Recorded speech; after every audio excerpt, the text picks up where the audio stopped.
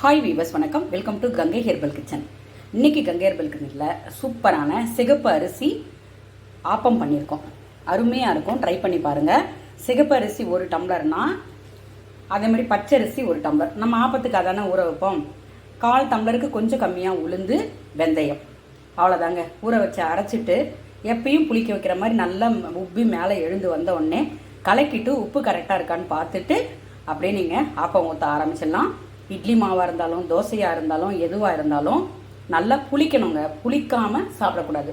இந்த பெர்மெண்டேஷன் ஆகணும். புளிக்காமல் சாப்பிட்டீங்கன்னா அது டைஜஷன் ஆகாது, உடம்புக்கும் நல்லதில்லை. அது மாதிரி ஓவரான புளிப்பும் புளிக்கக்கூடாது, திட்டமாக இருக்கணும். ஆப்பம் பாருங்கள் எப்படி வந்திருக்கு பாருங்கள். சிகப்பு அரிசி ஆப்பம் கவுனி அரிசிலையும் பண்ணி காமிச்சிருக்கேன். நீங்கள் மாப்பிள்ளை சம்பாலையும் பண்ணலாம், இந்த மாதிரி சிகப்பு அரிசிலையும் பண்ணலாம்.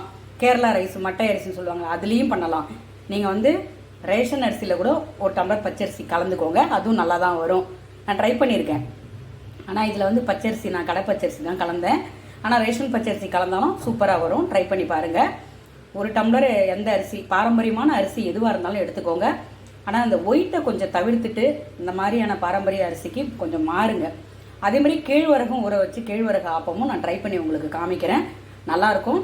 நம்ம ப்ரீவியஸ் வீடியோ செக் பண்ணி பாருங்களேன். இந்த சிவப்பரிசி புட்டு பண்ணியிருப்பேன், அருமையாக இருக்குங்க. சிவப்பரிசி புட்டு ட்ரை பண்ணி பாருங்கள். ட்ரை பண்ணாதவங்க, அதாவது அரிசியை வாங்கிட்டு வந்துட்டு நல்லா ஒரு 1/2 hour ஊற வச்சுட்டு நல்லா கழுவி வெள்ளை துணியில் போட்டு நல்லா உணர்த்திடுங்க. உணர்த்திட்டு வெயிலே தேவை கிடையாது. அதில் நல்லா நம்ம மிக்சியில் போட்டு நம்ம வேணுன்ற அளவுக்கு நைஸாக எடுத்து பொடிச்சிட்டு கொஞ்ச நேரம் அப்படியே வச்சுருங்க தட்டில்.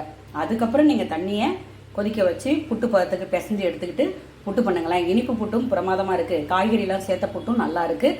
ட்ரை பண்ணி பாருங்கள். உடம்புக்கும் அவ்வளோ நல்லது புட்டு.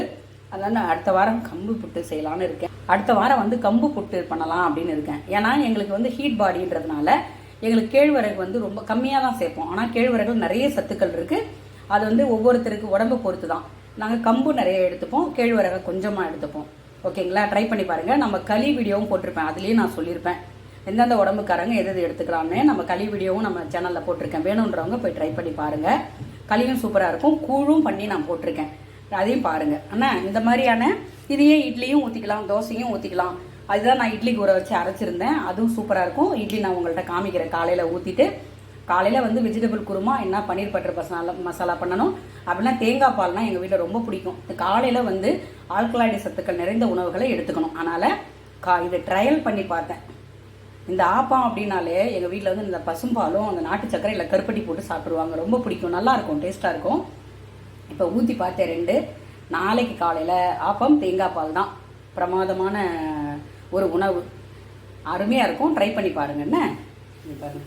அடுத்தது ஊற்றிருக்கேன், இன்னும் வேகணும். அப்படியே வெந்ததுன்னா இந்த ஓரம் பூரா அப்படியே எடுத்துக்கிட்டு வந்துடும். எண்ணெயே தேவை கிடையாது இதுக்கு. ஓகேங்களா? சூப்பராக இருக்கும். ட்ரை பண்ணி பாருங்கள். அது மாதிரி மாவு அரைக்கிறீங்கன்னா இவ்வளோ தான் நான் அரைச்ச மாவு. 1 டம்ளர் சிகப்பரிசினா 1 டம்ளர் பச்சரிசி, 1/4க்கு கொஞ்சம் கம்மியாக உளுந்து, இவ்வளோண்டு வெந்தயம், எல்லாத்தையுமே ஒன்றா ஊற வச்சுட்டு கழுவி ஊற வச்சுருங்க. அப்புறம் அரைச்சிட்டு புளிக்க வச்சுட்டு அப்படியே ஊற்ற வேண்டியது தான். நிறைய ஆப்பமாவை அரைச்சி வச்சுட்டு அது புளிக்க அப்படிலாம் ஊற்றாதீங்க. இது இப்போ கொஞ்சம் ட்ரையலுக்கு ஊற்றி பார்த்தோன்னா காலையில் அது ஆப்பம் தேங்காய் பாலுக்கு ஊற்றினோன்னா சரியாக போயிடும். அவ்வளோதான். ஒரு வேளை மிஞ்சினா 2 வேளை, அதுக்கு மேலே யூஸ் பண்ணாதீங்க, உடம்பு கெட்டு போயிடும், ஆரோக்கியம் இல்லை. அப்பப்போ தேவைக்கு ஃப்ரெஷ்ஷாக அரைச்சிக்கலாம். நம்ம போன வீடியோவில் சொல்லியிருப்பேன், கவுனி அரிசி அரைச்சினா ஒரு 4 டம்ளர் தான் போடுவேன். அதுக்கடுத்து என்ன பண்ணுவேன்னா காலையில் இட்லி தான் பெரும்பாலும் சாப்பிடுவாங்க, இல்லை சப்பாத்தி சாப்பிடுவாங்க.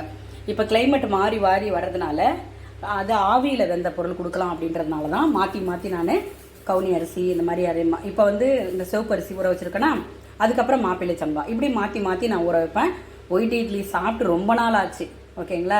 இதேமாரி வெந்தய ஆப்பமும் ட்ரை பண்ணி பாருங்கள், அதுவும் நம்ம வீடியோவில் போட்டிருக்கேன். வேணுன்றவங்க செக் பண்ணி பாருங்கள். செக் பண்ணி பார்த்துட்டு இந்த மாதிரி செஞ்சு பார்த்துட்டு உங்கள் பதிவு பண்ணுங்கள். நன்றி.